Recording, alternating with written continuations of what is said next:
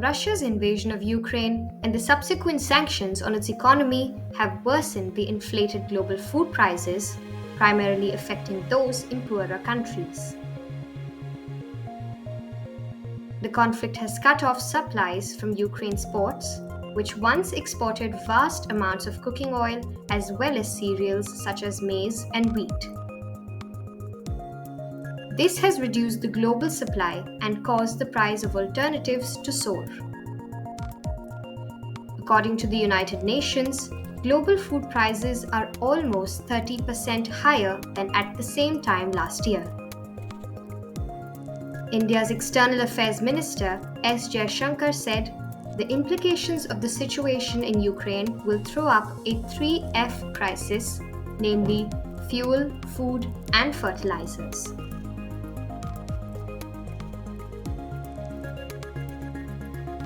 Numerous nations were facing growing food insecurity even before Russia's conflict. Climate shocks, conflicts, and the COVID-19 pandemic had disrupted supply chain, pumping up prices of both commodities and crops.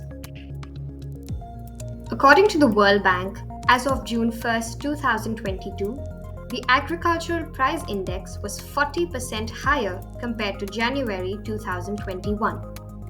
Global food, fuel, and fertilizer prices are projected to be sharply higher this year and will remain elevated into 2024. Low-income countries that are reliant on imports for basic food requirements are the hardest hit. Ethiopia, Nigeria, South Sudan, Afghanistan, Somalia, and Yemen remain at highest alert. Russia and Ukraine together account for more than a quarter of the world's wheat supplies. Besides wheat, Ukraine is the world's 8th largest producer and 4th largest exporter of corn, accounting for 16% of global exports. Furthermore, Ukraine is the world's largest exporter of sunflower oil. Before the conflict started, Ukraine had the capacity to export up to 6 million tons of wheat, barley, and maize a month, mainly through its ports in the Black Sea.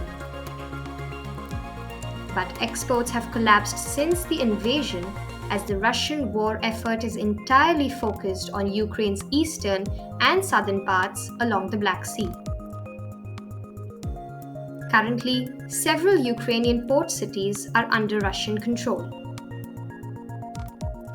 The southern cities of Mykolaiv and Odessa, which are known as the Pearl of the Black Sea, are still with the Ukrainians, but commercial ships cannot dock at these ports because of two reasons. First, Ukraine has mined the waters around these ports as a deterrent against potential Russian attacks. And second, Russia has enforced a naval blockade in the waters of the Black Sea.